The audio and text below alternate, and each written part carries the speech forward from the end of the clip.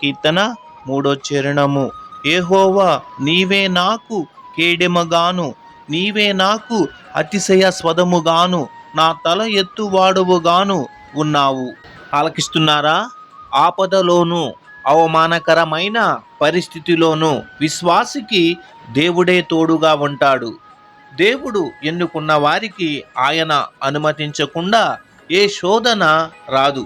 వారి విషయాలలో వారి సొంత చిత్తము నుండి యేసయ్యే వారిని రక్షిస్తాడు.